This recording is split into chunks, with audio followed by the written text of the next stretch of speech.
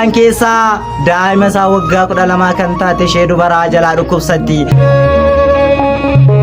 Namoota baay'ee keessa dabartee gaafa yaadan isaan badan garuu yoo Waaqayyoo fanti dadhabamu hin jiru Waaqayyo. Maaliif gooftaa xaarsita intalattiin oduu teerti. Hundara caalchisuudhaan kan isin jaallatu maqaa Waaqa jaalalaatiin nagaan isin gaafadha. Akkam ooltan, akkam yeroo kana eeddan. Galanni siif haa ta'u jennee akka isa galateeffannuuf qooqa keenya kan nuuf saaqe, arraba keenya kan nuuf dubbisee maqaa Waaqa keenya baraa hanga baraatti lafa hanga samiitti kaaba hanga kibbaatti kan galatoome fi kan ulfaate nuuf haa ta'u. Isa waamnee ishee sun kan nuuf hin taane waadaa fannoo jalaa Fayyistuu Ilmaan Addaam Daawitii jireenyaa haadha bara baraa kan taate maqaan haadha keenya qulqulleettii dubaroo Maariyaamiis kan galatoomee fi kan ulfaate nuuf haa ta'u. Akkuma Waaqayyo gooftaan kennaa isaaniif laateen qulqulloota tolooltota wareegamtoota hunda isaaniiyyuu maqaan isaanii kan galatoomee fi kan ulfaate nuuf haa ta'u. Amani malee hin sodaatin. Egaa abbaa jechaa kan ta'e maqaan Waaqayyoo irra deebuudhaan kan galatoomee fi kan ulfaate nuuf haa ta'u. Tolee, daqiiqaa muraasaaf mata duree gooneen waliin kan ilaallu yookaan immoo mata duree godhannee guyyaa har'aa kana daqiiqaa muraasaa sagalee Waaqayyoo waliin kan barannu jecha isa kanaadha. Jechi kun immoo hunduma keenyaayyuu laphee keenya irratti akka nu kaafamuuf hunduma isaaniiyyuu keessa keenya irratti akka nu qabamuuf al tokko sagalee keenya kaasuudhaan malee amani malee jedhame. Amani malee jedhame. Hin sodaatin. Jecha kana kan argannu kutaa macaafa qulqulluu keessaa Wangeelaa abbaa keenya qulqullicha Luqaas boqonnaa 8 lakkoofsa 50 bira gaafa deemnu guutummaa jecha kanaatti arganna. Tareetii Wangeelaa Luqaas boqonnaa 8 lakkoofsa 50 irratti gaafa laallu amani malee hin sodaatin jedha. Jecha kana kan dubbate uumaa lafaaf samii kan ta'e alfaa omeegaa kan ta'e jalqabaa fi xumura kan hin qabne homtinuyyuu kan isaan madaaluu hin dandeenye gooftaa keenya fayyisaa keenya Yesuus Kiristoosidha. Jecha kana kan dubbate. Jechi kun immoo iyyuu kan itti dubbatame namticha maqaan isaa Yaa'iroos jedhamu bara jireenyaa isaa keessatti nama biyya lafaa gubbaa jiraachaa ture keessaa nama rakkataa maqaan isaa Yaa'iroos jedhamutti jechi kun kan dubbatame. Kaayyoon barumsa keenya immoo amantaadhaan cimanii jiraachuu jedha. Egaa Wangeela Luqaas boqonnaa 8 lakkoofsa 50 irratti amani malee hin sodaatin jedha. Amani malee hin sodaatin jechuun maal jechuudha? Waaqayyo gooftaan jecha kana maaliidhaaf dubbate hoo? Eessaa akkamittiin sagalee kana Waaqayyo gooftaan dubbate jennee gaafa ilaallu Wangeela Luqaas boqonnaa 8 lakkoofsa 40 irraa kaasnee gaafa ilaallu guutummaa seenaa kanaatti arganna. Tareetii gooftaan keenya fayyisaan keenya Yesuus Kiristoos yeroo biyya lafaa gubbaa deddeebi'ee lallabaa turetti, yeroo biyya lafaa gubbaa deddeebi'ee barsiisaa turetti namoonni baay'een isa duukaa bu'aa turani, namoonni baay'een isa duukaa sokkaa turani, namoonni baay'een gooftaa keenya fayyisaa keenya Yesuus Kiristoos faana deemaa turanii jedha. Yeroo kana guyyaa tokko gooftaan keenya Yesuus Kiristoos gaafa qarqara galaanatti ba'u namoonni baay'een isa simatanii, namoonni baay'een isa eeganii jedha. Kana booda namoota isa eegaa turan keessaa namtichaan tokko keessumattuu iyyuu mana gaggeessituu keessa kan hojjetu maqaan isaa Yaa'iroos kan jedhamutu ture. Namtichaan kun daa'ima qaba. Daa'ima isaa baay'ee jalaa kan dhukkubsatu ture. Daa'imti isaa kun baay'ee waan jalaa dhukkubsatuuf namtichaan kun fala dhabee yookaan furmaata dhabee jedhamaati Waaqayyo. Kana booda gooftaan keenya Yesuus Kiristoos gaafa gara namootatti deemu namoota baay'ee gooftaa simaa turan keessaa namichaan Yaa'iroos jedhamu fiigee miila gooftaa jalatti kufee jedha. Gaafa ka gooftaa keenya Yesuus Kiristoos miila isaa jalatti kufu namtichaan kuni namoonni baay'een waan garaagaraatis isa duukaa waan bu'aa turaniif innillee isaan keessaa daa'ima isaa waggaa 12 kan taate ishee dubaraa jalaa dhukkubsatti. Kana booda daa'ima jalaa dhukkubsattu tana fayyifachuudhaaf daa'ima dhukkubsattu tana namsee ishii maarrachuudhaaf namichaan Yaa'iroos jedhamu miila gooftaa jalatti kufee jira. Laalaa yaa saboota, Waaqayyoodhaaf wanti dadhabamu hin jiru. Gooftaa keenya Yesuus Kiristoosiif wanti dadhabamu hin jiru. Kana booda erga daa'imattiin tuni jalaa dhukkubsattee booda gooftaa keenya Yesuus Kiristoos gaafa gara mana isheetti deemu maaloo kootu gara mana kootti seenee gara mana kootti beenu gara mana kootti nafaana galee daa'imni toona jalaa duufeeddii daa'imni toona jalaa baduu feeddee maaloo na gargaari jedhee kadhateera maatii Waaqayyoo. Tareete ka namni tokko jireenya isaa keessatti laphee qulqulluudhaan Waaqayyo gaafa kadhate Waaqayyo irraa ni argata. Namni tokko Waaqayyo duukaa karaa qulqulluudhaan laphee qulqulluudhaan gaafa duukaa bu'ee Waaqayyo irraa waan kadhate ni argata. Kana booda namtichaan kun erga kadhatee booda gooftaan keenya fayyisaan keenya Yesuus Kiristoos mana Yaa'iroos itti deemuudhaaf gaafa ba'u karaa gubbaa gaafa bu'u baay'een isaanii itti tuchaanii baay'een isaanii itti marsanii. Kana booda gaafa itti marsan namichaan kun daa'ima isaatiif gooftaa keenya Yesuus Kiristoos gara mana isaatti fudhachaa jira. Namoonni baay'een garuu gaafa itti marsan gooftaan keenya Yesuus Kiristoos karaa ittiin socho'u karaa ittiin ba'u gaafa dhabu achi jidduu isaaniitti ijjatee jedha. Gaafa jidduu isaanii ijjatu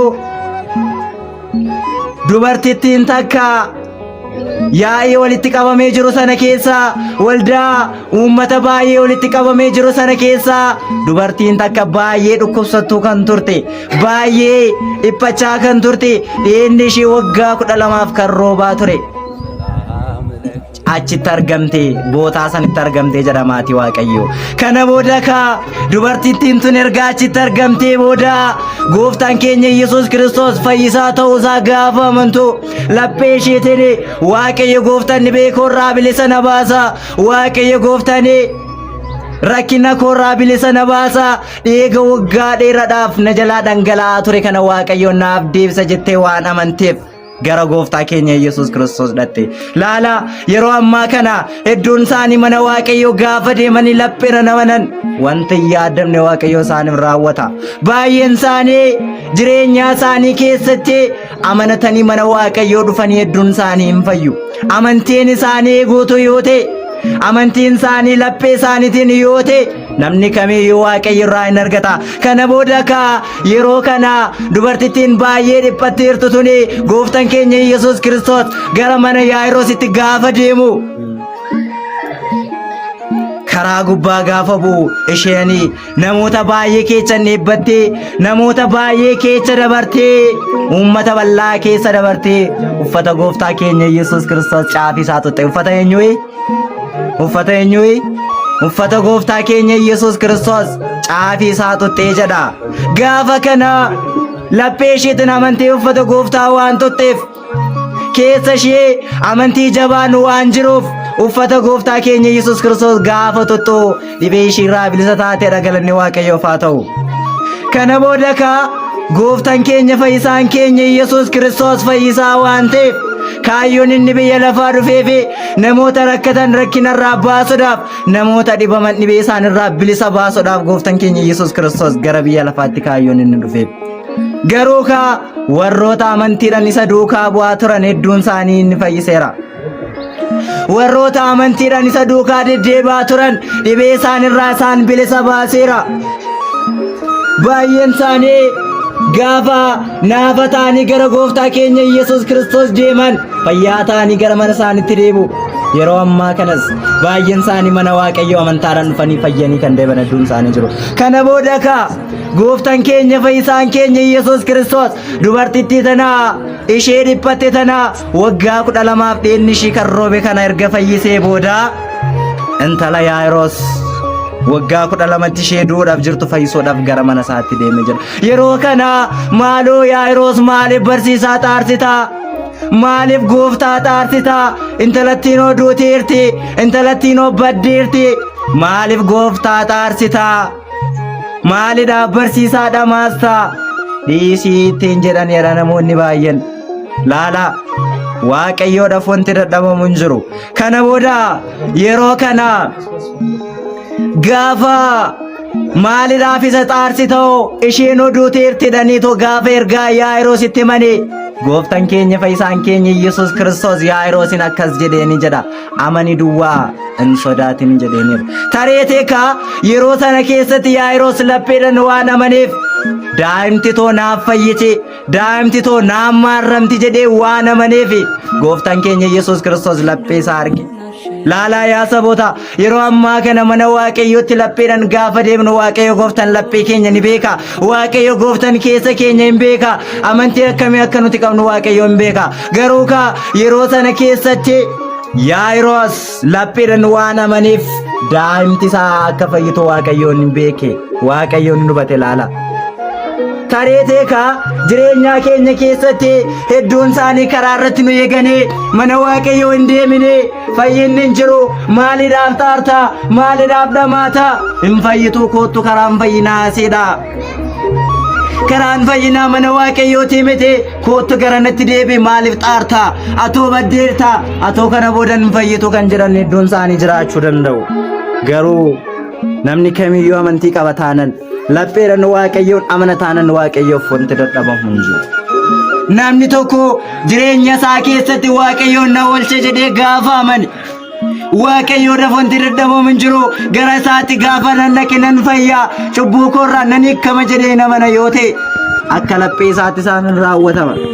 Garuu yeroo ammaa kana baay'een isaanii amantii dhabuudhaan baay'een isaanii amantii gahaa waan hin qabneef mana Waaqayyoo keessa deebi'anii kallattii garaagaraatiin fayyuu dhabuu danda'u amantii waan hin qabneef.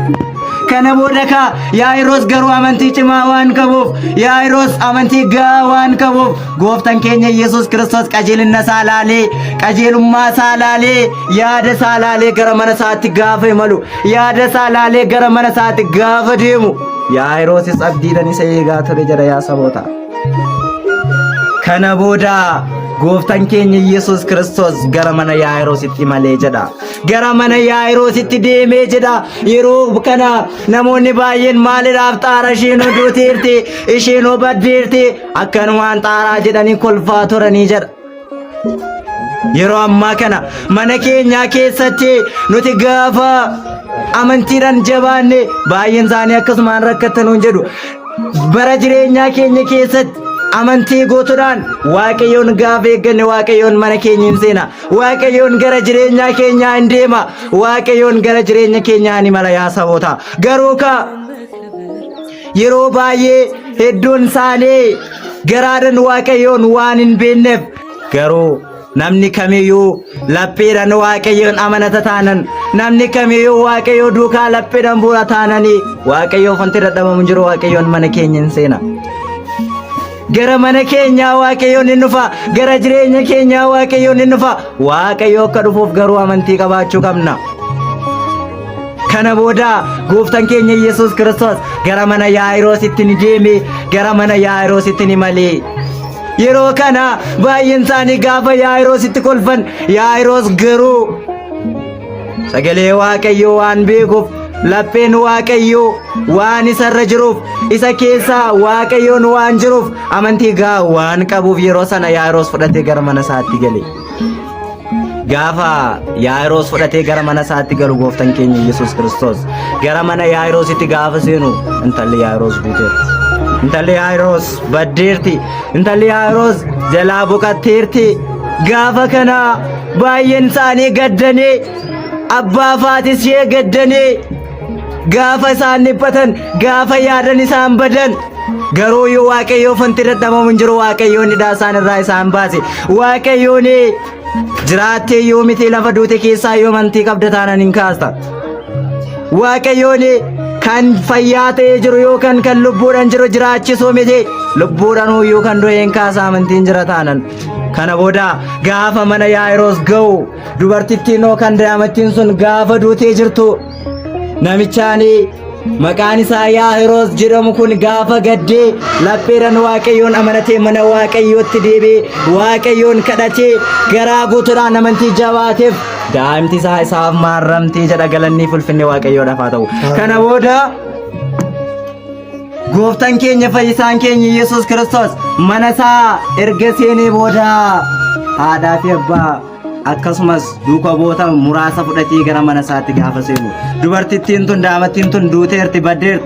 Kana booda gooftaan keenya Yesuus Kiristoos ka'i gaafa jedhuun dubartittiin tun isin kaatee jedha galanni ulfinni Waaqayyoof haa ta'u. Kana booda isheen erga kaatee booda baay'een isaanii raajeffatan baay'een isaanii in ajaa'ibsiifatan jedha. Hojiin Waaqayyoo nama ajaa'ibsiisa. Hojiin Waaqayyoo nama dandaqa yaa saboota. Garuu kaasa keessa namni amantii qabu yoo jiraate hojii Waaqayyoon arga. Waaqayyoo hojii aangoo isaa namatti agarsiisa. Hojii fayyisuu isaa namatti agarsiisa. Garuu immoo kana gochuuf amantiin qabaachuu qaba. Namni tokko jireenya isaa keessatti jireenya isaa akka isaaf qajeelu yoo barbaade jireenya isaa akka isaaf milkaa'u yoo barbaade maal gochuu qaba?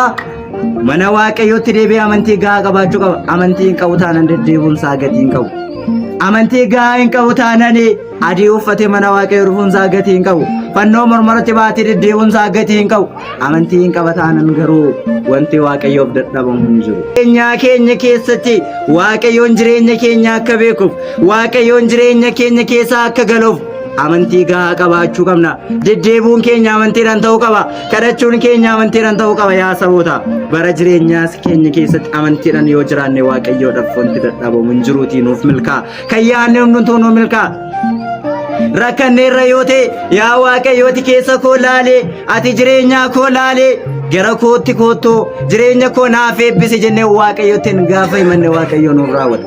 Kanaaf Waaqayyo gooftanii amantiidhaan dubartittii waggaa 12 dhiigni ishii roobee hin fayyise.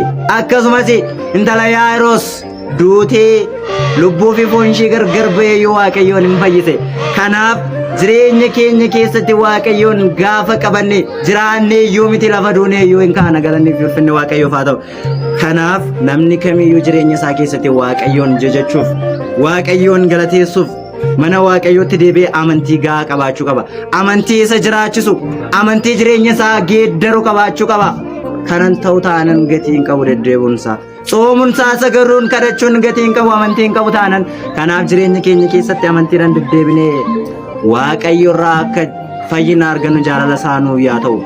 Amanuu duwwaadhaan jireenya keenya nuuf milkaa'a. Kanaaf bara jireenya keenya keessatti Waaqayyoon qabannee akka deddeebinu fedhaa fi eeyyama isaa nuuf yaa ta'u. Amantii keenya nu alaarratti Waaqayyoo itti nuuf haa guutu.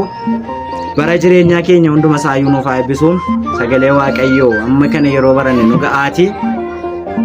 Kan nu gorse kan nu barsiise maqaa Waaqayyoo keenya kan galatoomii fi kan ulfaate nuuf haa ta'u. Amani malee hin sodaatin. Wangeela Luqaas boqonnaa 8 lakkoofsa 50. Galanni Waaqayyoo.